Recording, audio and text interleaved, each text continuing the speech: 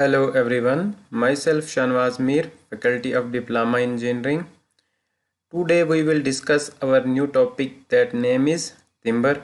In this topic, we will discuss about the use of timber, defect of timber, defect causes, defect types of timber, the difference between softwood and hardwood, seasoning of timber, reasons, methods, benefits, advantages and disadvantages. So let's start. What is timber? Wood suitable for building or other engineering purpose is called timber. When it's form part of living tree, it is called standing timber, and when the tree has been felled, it is called rough timber. When it has been sawn to various market forms such as beams, planks, batten, and it is called converted timber. सबसे पहले timber एक ऐसी लकड़ी है कि जो कि हम अपने कंस्ट्रक्शन में यूज़ करते हैं, चाहे वो बिल्डिंग के पर्पज़ में हो या फिर किसी दूसरे शटरिंग के पर्पज़ में हो, तो उसको हम timber बोलते हैं। अब अगर timber स्टैंडिंग फॉर्म में है या खड़ा है तो उसको हम क्या बोलते हैं? Standing timber. और अगर कोई टिम्बर का पेड़ नीचे गिरा हुआ है या गिराया हुआ है तो हम उसको क्या बोलते हैं? Rough timber. बट अगर उसी टिम्बर को हम एक प्रॉपर शेप देते हैं, उसी लकड़ी को हम एक अपने यूज़ में लाते हैं, चाहे वो बिल्डिंग्स में हो, लाइक बीम्स में हो, कॉलम्स में हो, या उसकी हम जो भी स्कैफोल्डिंग या शटरिंग वगैरह करते हैं या उसकी बैटन बनाते हैं, प्लाईवुड वगैरह बनाते हैं, तो उस टिम्बर को हम बोलते हैं converted timber. This is the examples of timber. इसमें फेल्ट वाला टिम्बर भी है, कुछ पीछे जो है फर्स्ट पिक में स्टैंडिंग टिम्बर भी है, और बाकी जो दूसरी तीसरी है उसमें इसको एक प्रॉपर शेप दिया गया है ताकि हम उसको यूज़ में ला सकें। तो इस टिम्बर को हम क्या बोलते हैं? Converted timber. सो बेसिकली कहने का मतलब ये हुआ कि जो भी लकड़ी हम अपनी कंस्ट्रक्शन लाइंस में यूज़ करते हैं किसी भी पर्पज़ के लिए, उसको हम टिम्बर बोलते हैं, चाहे वो रफ टिम्बर हो या स्टैंडिंग टिम्बर हो या फिर कन्वर्टेड टिम्बर हो। If we are using this timber in our construction line, the wood is also known as timber. Now classifications of trees. अब trees को भी classify किया गया है। Depending on the mode of growth, trees are classified into two categories. जो हमारे पेड़ हैं उनको दो कैटेगरी में डिवाइड किया है उनके अकॉर्डिंग किसके? मोड ऑफ ग्रोथ के। तो फर्स्ट वन है endogenous and the second one is exogenous. अब एंडोजीनियस क्या है? The trees that grow inward in a longitudinal fibrous mass such as banana, bamboo, palm and cane. Even though the stem of tree of this class is light, and though yet it is too flexible that it is not suitable for engineering work with exception to bamboo. तो एंडोजेनियस tree वो tree होते हैं जो inward direction में growth करते हैं, जो कि लॉन्गिट्यूडनल डायरेक्शन में ग्रोथ करते हैं, जैसे कि बनाना का ट्री है, बैम्बू का है, पाल्म का है या कोई दूसरा ट्री है। हालांकि इन ट्री के जो स्टेम होते हैं वो बहुत लाइट होते हैं और बहुत ही फ्लेक्सिबल होते हैं। बैम्बू को छोड़ के बाकी वाले जो एंडोजीनियस ट्रीज़ हैं जो इनवर्ड डायरेक्शन में ग्रोथ करते हैं उनको हम अपने कंस्ट्रक्शन लाइन में यूज़ नहीं कर सकते क्योंकि वो बहुत ही लाइट इन वेट होते हैं और बहुत ही फ्लेक्सिबल होते हैं। Then exogenous trees, the trees that grow outward direction by addition of one concentric ring every year. These rings are known as annual ring. Since one ring is added to the tree every year, so the number of annual ring in the stem of tree indicates its age in year. The timber obtained from this class of trees is extensively used in engineering work. तो एक्सोजेनियस trees वो trees हैं, वो trees की classification है जो कि outward direction में ये ग्रोथ करते हैं और इनको हम क्या करते हैं अपने सिविल इंजीनियरिंग वर्क्स में यूज़ करते हैं। और मेन बात, इनके हर साल बाद इनके स्टेम में एक एनुअल रिंग प्रोड्यूस होती है जो कि डिटरमाइन करती है, इंडिकेट करती है उस ट्री की एज। साल में हर साल एक सर्कुलर रिंग ग्रोथ होती है, प्रोड्यूस होती है, जो कि उस ट्रीज की वो एज डिफाइन करता है हर साल के बाद। तो हर साल में एक रिंग अगर आएगा तो वो एक साल का हुआ। अब नंबर ऑफ रिंग्स जितने भी होंगे, तो जब भी वो पेड़ गिर जाएगा या उसको काटा जाएगा तो वो उससे हम पता लगा सकते हैं कि उसकी एज है। लेकिन ये सिर्फ एक्सोजीनियस ट्रीज में पाया जाता है, जो कि हम ये ऐसे ट्रीज हैं जिनको हम बहुत ही एक्सटेंसिवली यूज़ करते हैं अपने इंजीनियरिंग वर्क में। ये क्लासिफिकेशंस ऑफ ट्रीज में कुछ एग्जाम्पल बताई गई हैं एक्सोजीनियस और इंडोजीनियस की। बैम्बू हो गया, बनेना हो गया और देवदार हो गया। ये जो देवदार है, बैम्बू और बनेना जो है वो एंडोजीनियस में आते हैं, उनमें से हम बैम्बू को यूज़ कर सकते हैं। और देवदार का ट्री है जो वो एक्सोजीनियस में आता है, जिसको हम अपनी कंस्ट्रक्शन लाइन में यूज़ कर सकते हैं। एक इनवर्ड डायरेक्शन में ग्रोथ करता है और एक आउटवर्ड डायरेक्शन में ग्रोथ करता है। तो this is the example of endogenous and exogenous. Then next classification of trees में अब एक्सोजीनियस और एंडोजीनियस की कुछ टाइप्स हैं। Timber available from exogenous trees is further classified into two categories. जो एक्सोजीनियस की जो क्लासिफिकेशन है उसको दो कैटेगरी में डिवाइड किया गया है, कॉर्निफोर और एवरग्रीन, और दूसरा डेसिड्यूज। कॉर्निफोर जो सदाबहार रहते हैं और डेसिड्यूज जो कुछ टाइम पे वो अपने पत्ते या उसकी शाखें टूट जाती हैं। सो कॉर्निफोर और evergreen, these trees yield softwood. These are trees with pointed leaf. Deodar, pine, chair and kai belong to this class. ये ऐसे कॉर्निफर वो वाली वुड है जिसमें ये पत्ते भी होते हैं, जैसे कि देवदार हो गया, पाइन हो गया, और ये किस कैटेगरी से बिलोंग करते हैं, कॉनिफेयर से या फिर एवरग्रीन से। और deciduous, these trees are having broad leave, yield hardwood, teak, sal, shisham belong to this class. जो डेसिड्यूस है ये बहुत ही हार्ड वुड होती है और एक लंबा चौड़ा इसके पत्ते होते हैं और एकदम ये टाल होता है। और ये जैसे कि हार्डवुड हो गया, जिसमें हार्डवुड आता है टीक का, साल का या शीशम के जो पेड़ हैं वो किस में आते हैं, डेसिड्यूस कैटेगरी में। In simple word we can say that the uses of wood like porous and fiber, hard structure plant system stem, which is the secondary system of the vascular tissue consisting of cellulose, and it can be defined as wood. It is supportive organs. Then growth of a timber tree, के timber की growth कैसे होती है। In spring season, roots of the tree suck a solution of salt from the soil. This solution of salt loses some of the moisture because of evaporation and absorb carbon dioxide from the air. This action in the presence of sun make the solution a bit viscous. This transformed viscous solution is known as sap. अब किसी भी timber के tree की growth कैसी होती है कि spring season में ये जो दरख्त हैं ये सोल्यूशन जो कि सॉल्ट की फॉर्म में होते हैं, ये सक करते हैं, अपने अंदर एब्जॉर्ब करते हैं सॉइल से, और फिर वही सॉल्ट धीरे धीरे अपना जो है वो सॉल्यूशंस को लूज़ करता है ड्यू टू एवेपोरेशन की वजह से, और एब्जॉर्ब करता है कार्बन डाइऑक्साइड हवा से। तो ये जो एक्शन होता है ये प्रेजेंस होता है किसकी में, सन के में, जो कि सूरज की प्रेजेंस में होता है, सॉल्यूशन मेक बनाता है, और देन उसी को ये ट्रांसफॉर्म करते हैं अपनी न्यूट्रिशन में, जिसको हम सैप बोलते हैं।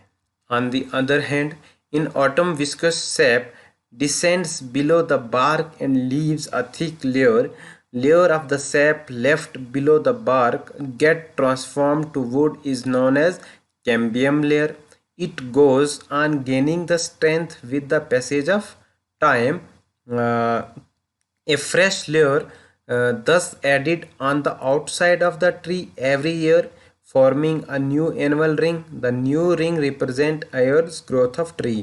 In simple word, we can say that in autumn season, trees suck that salt and convert into sap, and then appear a layer.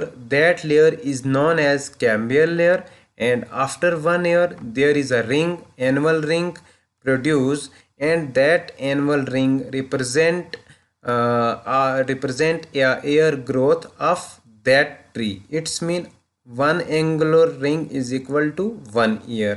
Number of ring define the age of the tree. This is the main structure of a tree. These are the some components that like shown in the figure. There is an inner bark, outer bark, vascular cambium, sap wood, heart, pith, ray, early wood, late wood, ग्रोथिंग. ये एक circle है, पूरा एक ring है जो कि हमें ये डिफाइन करता है कि उस पर्टिकुलर ट्री की कितनी एज है. अब जैसे इस फिगर में हम देखें तो अगर इसमें 7 रिंग होंगे तो ये 7 साल का होगा. अब उसी रिंग के अंदर बहुत सारे कुछ कंपोनेंट्स हैं जो कि हम आगे चल के इस पीपीटी में पढ़ेंगे. उस स्ट्रक्चर ऑफ ट्री में जो फर्स्ट पॉइंट था वो पिथ और मेडुला था. It is the first form portion of the stem of the tree. It consists of entirely cellular tissue. ये फर्स्ट फॉर्म है स्टेम के अंदर जो कि बनती है किसकी वजह से? सेलुलर टिश्यू की वजह से. Then the pith which when the plant is young contain a large amount of fluid and nourish the plant. It dies up and decay when the plant become old. Sap is then transmitted by the wood a fiber that deposit about the pith. जब हमारा कोई भी tree young होता है उसमें बहुत large of amount में nutrition होती है. आफ्टर डीके के बाद वो पुराना हो जाता है और सैप जो है वो ट्रांसमिटेड हो जाती है वुडी फाइबर में और देन वो डिपॉजिट हो जाती है उसके पिथ में. Then next, as I earlier told you, annual ring. The ring of woody fibre arranged in concentric circle around the pith are known as annual ring because one such ring is added every year. Annual ring जो कि define करता है tree की as को, हर साल के बाद एक नया रिंग एडिड हो जाता है उस ट्री में. Heartwood, innermost ring surrounded the pith constitute the hardwood. The wood is darker in color, stronger, more compact and durable. Hardwoods mean उस ट्री का हार्ट जो कि पाया जाता है पिथ के आसपास और वो जो लकड़ी होती है वो डार्क कलर में होती है और बहुत ज़्यादा स्ट्रॉन्ग और ड्यूरेबल होती है. Then sapwood, outer annual ring of the tree constitute the sapwood which transmit the sap from roots to branches. Compared with hardwood, sapwood is lighter in color, weaker and more liable to decay. Then bark, it is outermost protective covering of the cell and woody fiber on a tree. In course of timber old layer split and scale off. Bark जो है वो outer most होता है और जो outer skin होती है tree की जो कि प्रोटेक्ट करती है उसके सेल्स को और उसके टिश्यूज़ को, चाहे वो किसी भी सीज़न में हो. जो बाहर की स्किन होती है किसी भी टिम्बर को हम उसको बार्क बोलते हैं. Then cambium layer, medullary rays. Cambial layer outermost one ring between the bark and sap. Cambium layer वो लेयर होती है जो कि बार्क और सैप के बीच में होती है.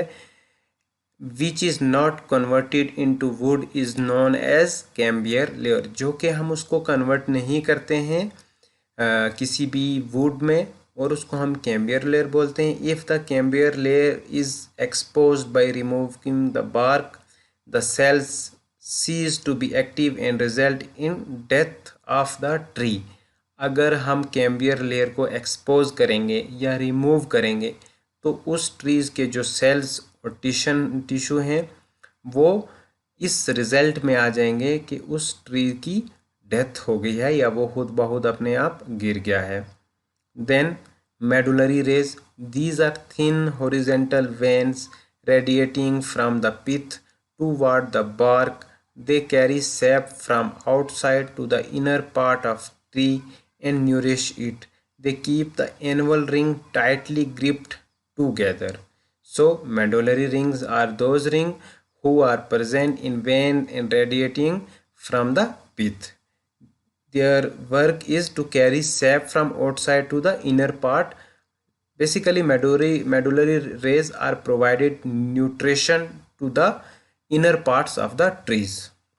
This is the main example of medullary rays.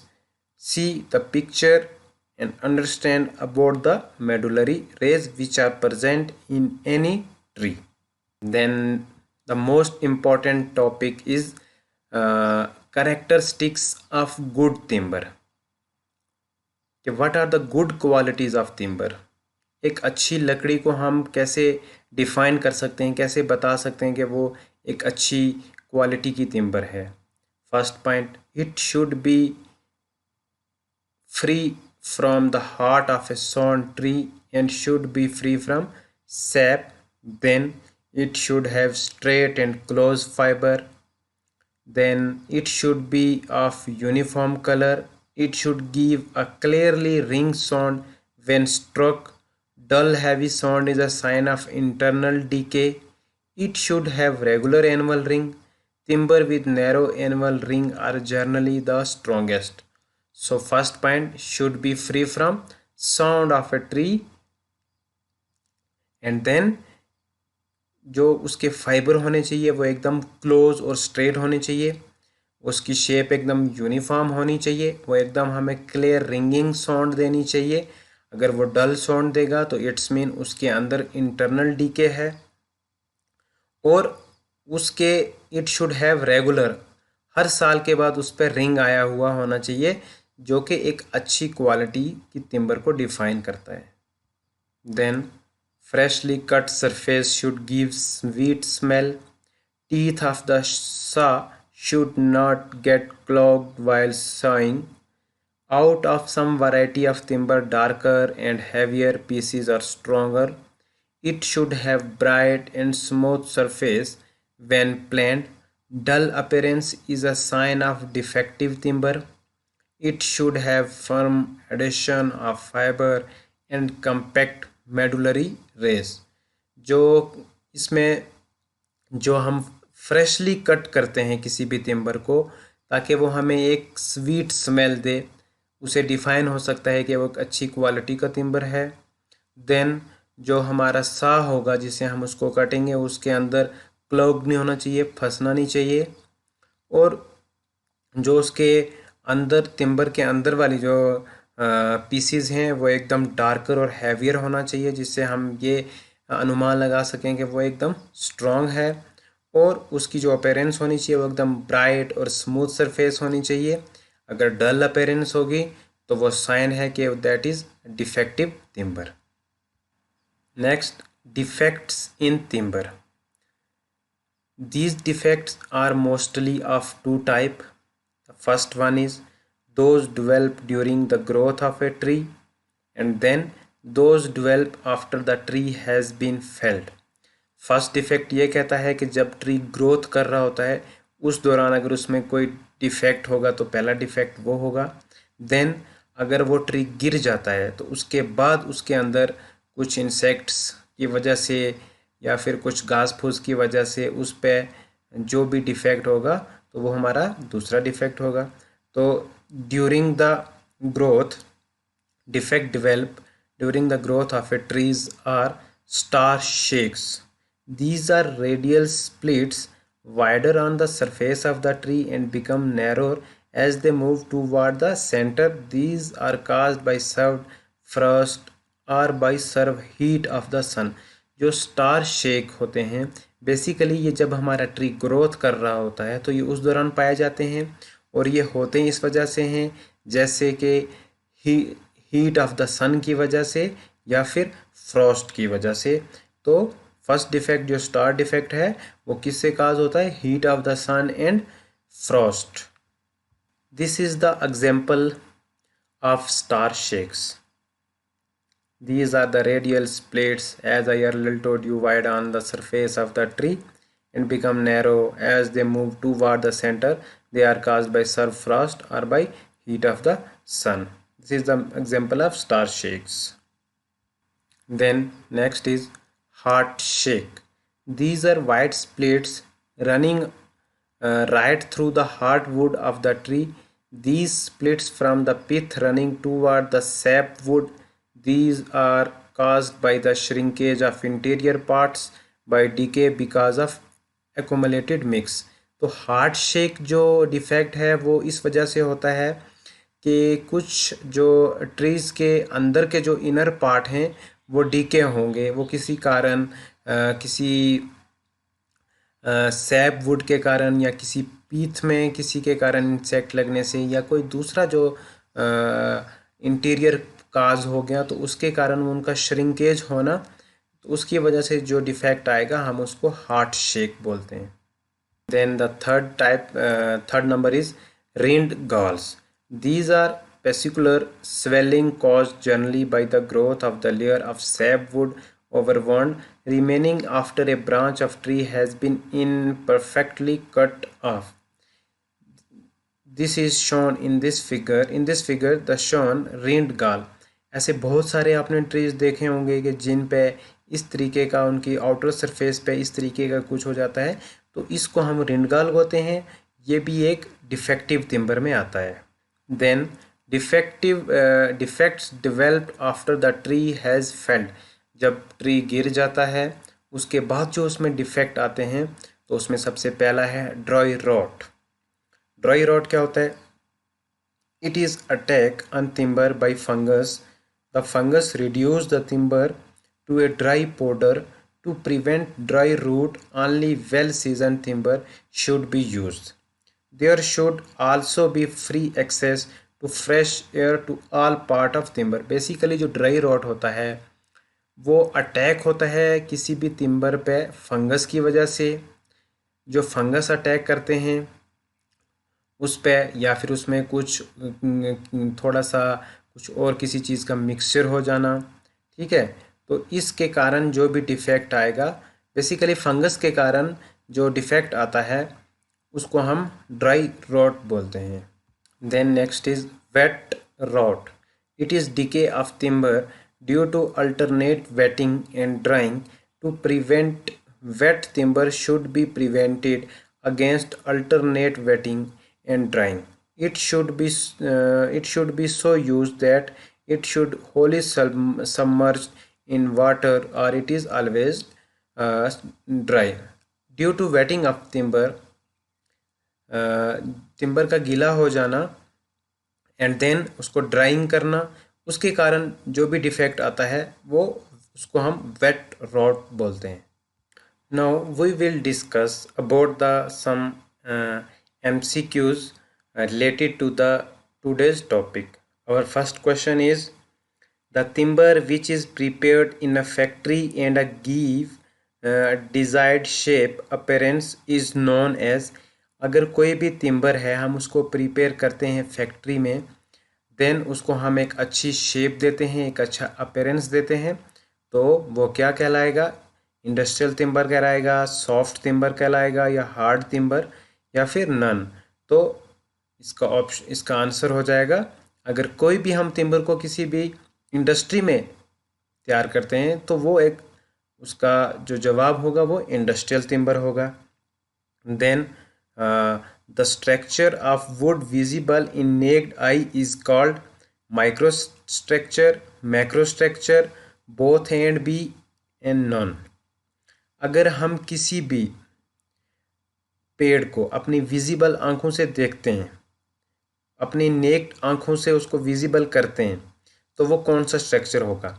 Micro होगा या मैक्रो होगा? तो उसका जो करेक्ट ऑप्शन होगा वो मैक्रो स्ट्रक्चर होगा. Then our next question is, the inner skin or layer covering the cambium layer is called. जो हमारी अंदर की इनर स्किन है और कवर करती है किसको? कैम्बियर लेयर को, वो उस क्या कहलाएगा? Inner bark, outer bark, medullary rays या ऑल ऑफ द अबो. तो हमने इसके बारे में पढ़ा था. तो ये इनर बार्क होगा। Then next question, the outer skin और cover of the tree is known as bark, कि जो अभी हमने पढ़ा कि जो आउटर स्किन है जो कि ट्रीज को स्किन को कवर करता है उसको हम क्या बोलते हैं, क्या ये उसको हम बार्क बोलते हैं। इज इट ट्रू और फॉल्स? तो इसका जो करेक्ट आंसर होगा वो ट्रू होगा। जो आउटर स्किन है जो कि ट्री की वुड की या ट्री की स्किन को कवर करता है उसको हम बार्क ही बोलते हैं। Hello everyone, myself Shahnawaz Ahmad Mir, faculty of diploma department. Today our news lecture we will discuss about paints, varnish and distemper. We will also discuss today lecture what are the different types of paint, where it is used, which chemicals are used in these types of paint, why it is necessary in our civil engineering. So one by one we will discuss in this today's video. What is paints? The paints are coating of fluid material and they are applied over the surface of timber and metal are called paints. Painting, it provide decay of wood and corrosion in metal, provide a smooth surface for easy cleaning. Then it is used to give good appearance to the surface. तो paint क्या होता है? Paint एक ऐसा fluid material है जो कि हम अपने घरों में यूज़ करते हैं, चाहे वो मेटल हो या फिर हमारा टिम्बर का वुड हो, उस पर हम जो यूज़ करते हैं एक स्मूथ सरफेस देने के लिए, एक कुछ अच्छी ब्राइट और गुड अपीयरेंस देने के लिए। और ये इसलिए हम प्रोवाइड करते हैं कि ताकि जो हम अपने घरों में हमारे जो विंडोज़ होते हैं, डोर्स होते हैं, ज़्यादातर इनका यूज़ वहाँ पे होता है। वहाँ पे हम इसलिए यूज़ करते हैं ताकि हमारी जो वुड है, टिम्बर है, वो जल्दी से डीके ना हो, ख़त्म ना हो, और जो भी हम मेटल्स उसमें यूज़ करते हैं उसको करोजन ना लगे। और उसके साथ साथ ये भी है कि एक स्मूथ सरफेस देता है वो क्लीनिंग के लिए। और हम इसको इसलिए भी यूज़ करते हैं क्योंकि ये एक अच्छी अपीयरेंस, अच्छी शेप देता है उस पर्टिकुलर सरफेस को।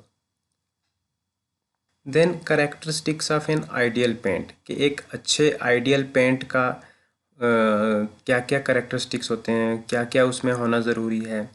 तो सबसे पहले the paint should be fairly economical, it should possess a good spreading power, the paint should be such that dries in reasonable time and not too rapidly, the paint should be such that its color is maintained for a long time. The paint should not be affected by weathering action of the atmosphere. तो जो paint होना चाहिए वो economical होना चाहिए, उसकी जो spreading power होनी चाहिए ताकि वो अच्छे से हर जगह फैल सके जहाँ जहाँ हम उसको कोटिंग करें। और जब भी हम उसको किसी भी उस प्लेस पे हम अगर प्लेस करते हैं, उसकी कोटिंग करते हैं, तो उसको सूखने में ज़्यादा टाइम नहीं लेना चाहिए। The paint should be such that it colour is maintain for a long time, उसका जो कलर है वो लॉन्ग टाइम तक चलना चाहिए, कम समय में उसका वो कलर फेंट नहीं होना चाहिए। और जो ओरिजिनल पेंट होगा, जो आइडियल पेंट होगा, ये ज़रूरी है कि वो जब भी हम उसकी कोटिंग करें तो जहाँ जहाँ हम उसकी कोटिंग करेंगे तो उसमें जो वेदरिक एक्शंस वगैरह हैं वो अफेक्ट ना करें। तो ये एक तभी ही एक अच्छे क्वालिटी की, एक अच्छे आइडियल पेंट की कुछ कैरेक्टरिस्टिक्स हैं जो कि उसमें होना बहुत ही ज़रूरी है। Then the different types of paints are used in building constructions are, first one is aluminium paint. जो एल्यूमिनियम पेंट होता है फर्स्ट टाइप है ये पेंट्स की। इसमें कहता है कि यूज्ड फॉर क्विक ड्राइंग, ये इसलिए हम इसको यूज़ करते हैं ताकि ये एकदम से सूख जाए। It is visible in darkness, ये दिखता है, ये विजिबल होता है, इसका जो डार्कनेस में दिखता है ये। और ये it resist heat to certain degree, it give good appearance to that particular surface, it possess high electrical resistance. तो जो एल्यूमिनियम पेंट है सबसे पहले हम इसका इस्तेमाल इसलिए करते हैं ताकि ये अच्छे से क्विक ड्राइंग हो जाए, डार्कनेस इसमें विजिबल हो, हीट को रेजिस्ट करे और फिर उसमें क्या हो, एक अच्छी अपीयरेंस दे उस सरफेस को। तो ये कुछ कैरेक्टरिस्टिक्स हैं एल्युमिनियम पेंट की। Then next second type of paint is anti-corrosive paint. This paint essentially consists of oil and a strong dryer. A pigment such as chromium oxide is taken after mixing. It is cheap.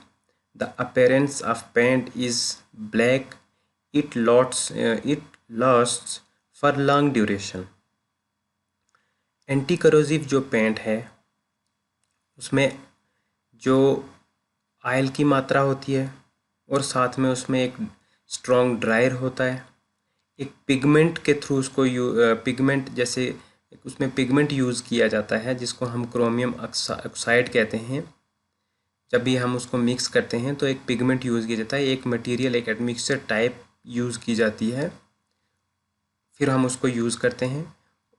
Then it is cheap, ये थोड़ा सस्ता है, but जो इसकी appearance है इस paint की वो ब्लैक है और ये जो चलता है इसकी जो ड्यूरेशन है वो लॉन्ग ड्यूरेशन है, अच्छा टिकने वाला पेंट है ये। Third type is asbestos paint. This type of paint is applied on the surface where are exposed to acidic gases. इस टाइप के पेंट को हम वहाँ पे यूज़ करते हैं, उस सरफेस पे अप्लाई करते हैं जहाँ पे एसिडिक गैसेस का एक ख़तरा रहता है, जहाँ पे हीट बहुत ज़्यादा पड़ती है, वहाँ पे हम इसको यूज़ करते हैं। देन उसमें सीमेंट पेंट है। This paint consist of white cement, pigment and other additives. जो सीमेंट पेंट है उसमें जो कम्बिनेशन होता है वो वाइट सीमेंट का होता है, देन उसके बाद उसमें पिगमेंट होता है और बाकी के कुछ मटेरियल्स होते हैं। ये एक ड्राई कलर में अपने पास अवेलेबल होता है और ये एक बहुत ही अच्छी और डेकोरेटिव एक्सपीरियंस देखता है जब हम इसको कहीं भी इसकी कोटिंग करते हैं। What are the various notes for the guidance in the process of painting? कुछ इंस्ट्रक्शंस हैं, कुछ नोट्स हैं जिससे कि वो गाइडेंस हमें मिलती है जब भी हम पेंटिंग का प्रोसेस करते हैं। Some of the points, important points to be noted for the painting are mention below. कौन कौन से इम्पॉर्टेंट पॉइंट हैं जो कि हम जिससे हम क्या करते हैं, पेंटिंग का यूज़ करते हैं, पेंटिंग में यूज़ करते हैं, वो मेंशन है। First one, brushing. हम ब्रश का होना ज़रूरी है जो हम पहले ब्रश करते हैं किसी भी सरफेस पे। पेंट्स, नोटिंग, स्टॉपिंग, कोट्स में prime coat, under coat, finish coat, then spray painting. तो मान लो कि हमें किसी भी सरफेस पे हमें क्या करना है, तो पेंटिंग करनी है, तो सबसे पहले अपने पास ब्रश का होना ज़रूरी है। देन उसके बाद पेंट्स होना ज़रूरी है, चाहे वो न्यूरोलैक हो या कोई दूसरा तीसरा और भी किसी भी टाइप का पेंट हो, उनका होना ज़रूरी है। नोटिंग ये हुआ कि हमें पार्ट वाइज उस सेलेक्टिव पार्ट को पेंट करने के बाद उनको जोड़ना, उस प्रोसेस को नोटिंग बोलते हैं, ताकि उसमें कुछ ऐसा डिफरेंस ना विजिबल हो। देन उसके बाद हम स्टॉपिंग करते हैं। स्टॉपिंग वो प्रोसेस है कि एक ओवरऑल पेंटिंग करने के बाद एक जब हमारी वो सरफेस रेडी हो जाती है तो हम उस पर फिर क्या करते हैं, वहाँ पे स्टॉप लेते हैं, रुकते हैं। देन उसके बाद जो हम फाइनल कोटिंग करते हैं उसको कोट्स में आता है। कोट्स में भी इसकी भी 3 टाइप हैं। सबसे पहले प्राइमिंग कोट, जिसको हम रफ कोट बोलते हैं, इसको 3 टाइप्स में किया जाता है, 3 मेथड में किया जाता है।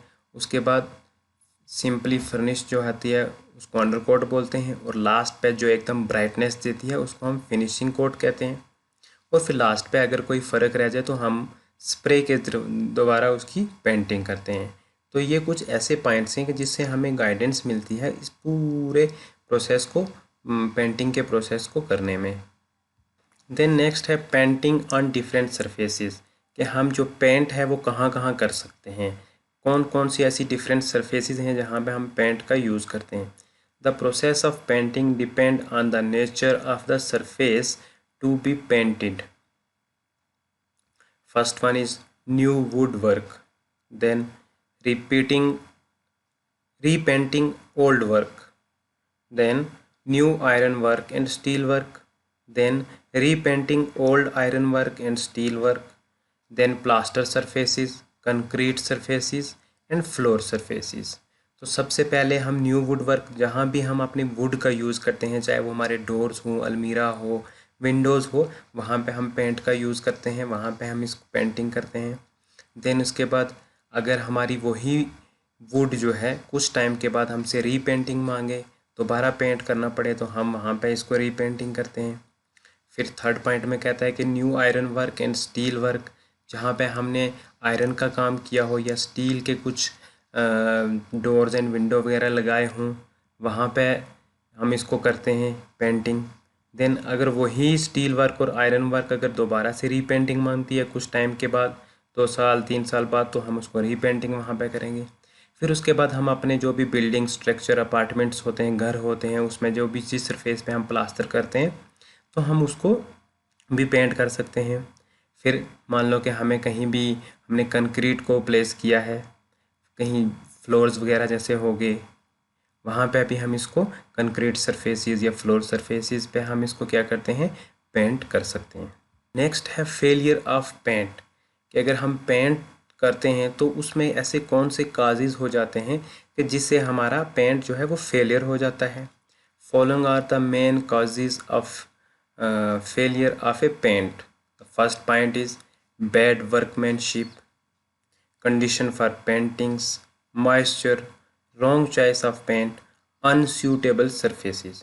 सबसे पहले कि बैड वर्कमैनशिप, जिसमें हम अनस्किल्ड लेबर को यूज़ करते हैं, उसकी वजह से किसी को अगर पेंट करना आता ना हो, वहाँ पे अगर वो पेंट करेगा तो वो एकदम बैड वर्कमैनशिप में आएगा। कंडीशंस फॉर पेंटिंग, कि हमें पेंटिंग उस कंडीशंस में करनी चाहिए ताकि जो हम पेंटिंग करें तो वो उस एटमॉस्फेयर में सूटेबल हो जाए। देन जिस सरफेस पे हम पेंटिंग करें वो एकदम मॉइस्चर फ्री होना चाहिए। देन हमारी जो चॉइस है पेंटिंग की वो एकदम एक्यूरेट होनी चाहिए, राइट चॉइस होना चाहिए और राइट ही पेंट होना चाहिए। देन नेक्स्ट है आपका अनसूटेबल सरफेसेस, वहाँ पे हमें पेंट करना चाहिए कि जहाँ पे पेंट उस सरफेस को सूटेबल करेगा। तो ये कुछ 3 4 5 पॉइंट्स हैं जो कि फेलियर के काजेज़ बनते हैं पेंट्स के। तो हमें ये ज़रूरी हो जाता है कि इन सब चीज़ों को ध्यान में रख के हम पेंट्स करें। This is the photo of distempering which is used in our homes, apartment, our buildings, floors, etc. See, the different types of distempering are used in our construction activities. What are the properties of distemper? The coating of distemper are usually thick. They are generally light in color.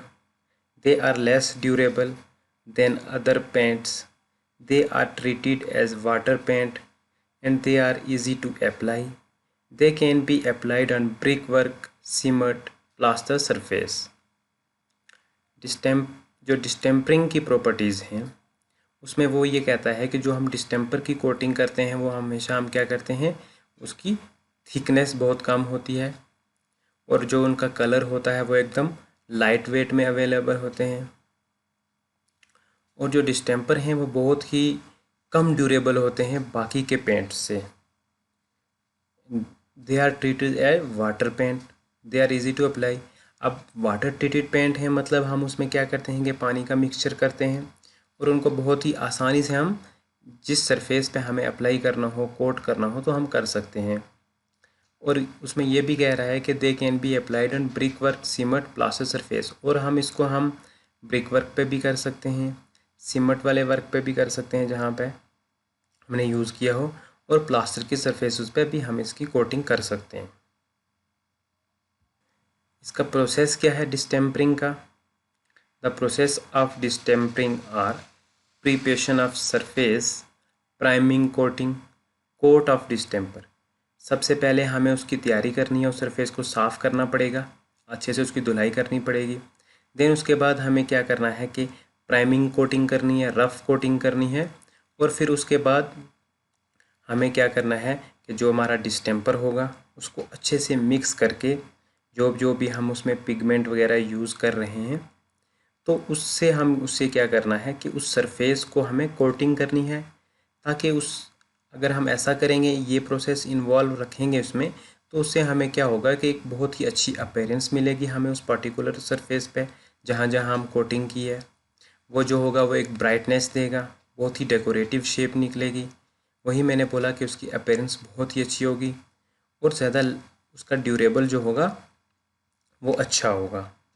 तो इसलिए हमें जो final coating करते हैं, जो हम distemper की coating करते हैं, उसमें अच्छे से मिक्स किया जाए। उस सरफेस का साफ़ होना बहुत ज़रूरी है, उसकी नोटिंग अच्छे से किया जाए, उसकी जॉइंटिंग अच्छे से की जाए, तभी वो एक ब्राइटनेस और एक गुड अपीयरेंस शेप हमें देगा।